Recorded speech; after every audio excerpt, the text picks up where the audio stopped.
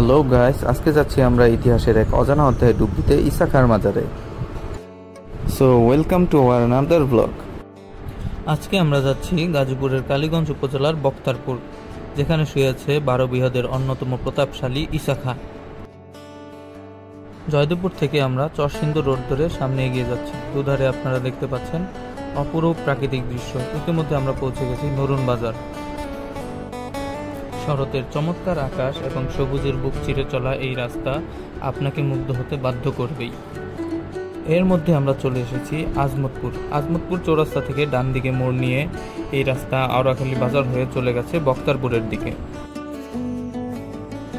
আওড়াখালী বাজার পার হতে হতে চলুন এবার জেনে নেওয়া যাক ঈসা খাঁর সংক্ষিপ্ত ইতিহাস। বাংলার 12 ভূঁইয়ারদের অন্যতম ঈসা খাঁর জন্ম ব্রাহ্মণবাড়িয়া জেলার সরাইল পরগনায়। তার জন্ম 1529 বা 1537 সালে।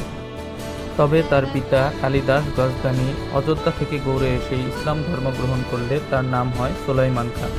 ঈসা খাঁর বাংলো বাড়ি কিশোরগঞ্জ অবস্থিত। মুসলিম এই শাসকের রাজধানী ছিল নারায়ণগঞ্জের সোনারগাঁ, গাজীপুরের কালীগঞ্জের বক্তারপুর, কিশোরগঞ্জের 11 সিন্দুর ও আরও 22টি পরগনার শাসক ছিলেন তিনি।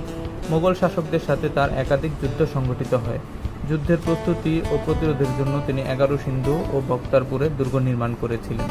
জীবনের শেষের দিকে সোনারগাঁয়ে ফেরার পথে অসুস্থ হলে তিনি বক্তারপুর দুর্গে অবস্থান নেন এবং 1599 সালের 17 সেপ্টেম্বর 70 বছর বয়সে সেখানে চিকিৎসাধীন অবস্থায় মৃত্যুবরণ করেন। তার শেষ ইচ্ছা অনুযায়ী তাকে বক্তারপুর দুর্গের দিঘির পশ্চিম পারে সমাহিত করা হয়। কালের বিবর্তনে সমাধির চিহ্ন হারিয়ে যায়। প্রায় 30-35 বছর আগে প্রত্নতত্ত্ব বিভাগ কবরটি ঈসা খাঁর বলে চিহ্নিত করে।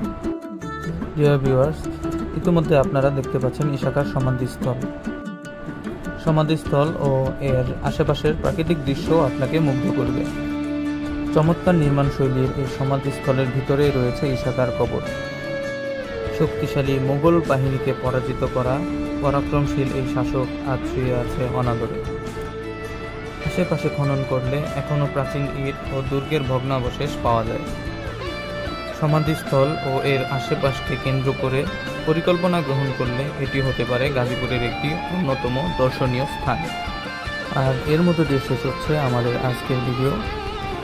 পুরো ভিডিওটি দেখার জন্য আপনাকে অশেষ ধন্যবাদ।